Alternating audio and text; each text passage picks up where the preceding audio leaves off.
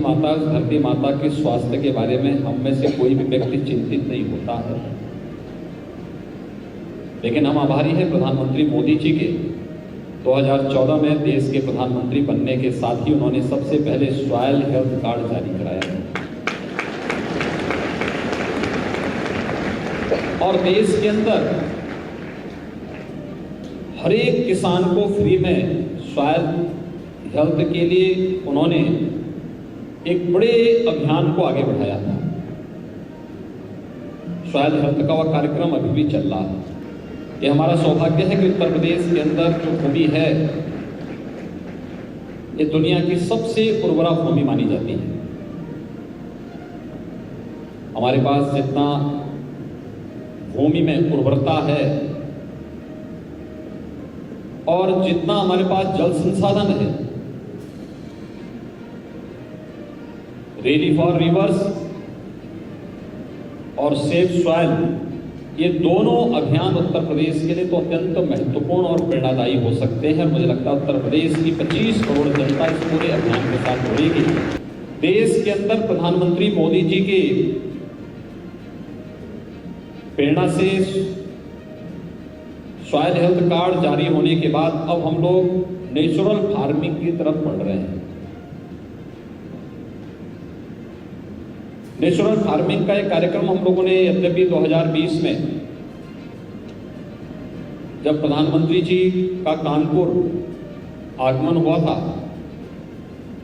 नमामि गंगे परियोजना के कार्यों की समीक्षा करने के लिए, तो उस समय उन्होंने हमें प्रेरणा दी थी कि हम लोग एक गंगा यात्रा का आयोजन करें। गंगा हम सबको विरासत में मिली हुई एक दैवीय नदी है, एक विभूति है, एक विरासत है हमारी। गंगा की अविरलता और निर्मलता के लिए हम सबको मिलकर काम करना चाहिए। नमामि गंगे परियोजना के परिणाम किस रूप में आए?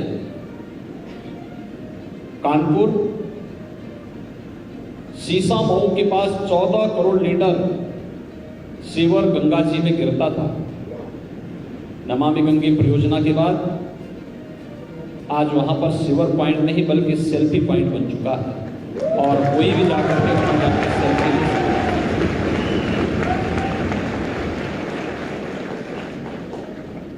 गंगोत्री से गंगा सागर तक 2500 किलोमीटर की यात्रा गंगा मैया के द्वारा तय की जाती है, लेकिन ये 2500 किलोमीटर में सबसे क्रिटिकल पॉइंट कोई था? कानपुर था। कानपुर में जाजमऊ में 14 करोड़ लीटर सीवर गिरता था और जाजमऊ में तो कोई जलीय जीव ही नहीं था गंगा में। आज आप कानपुर में जाएंगे, सीसामऊ में सीवर का एक बूंद भी नहीं गिरता और जाजमऊ में आपको जलीय जीव फिर से गंगा में दिखाई देते हैं।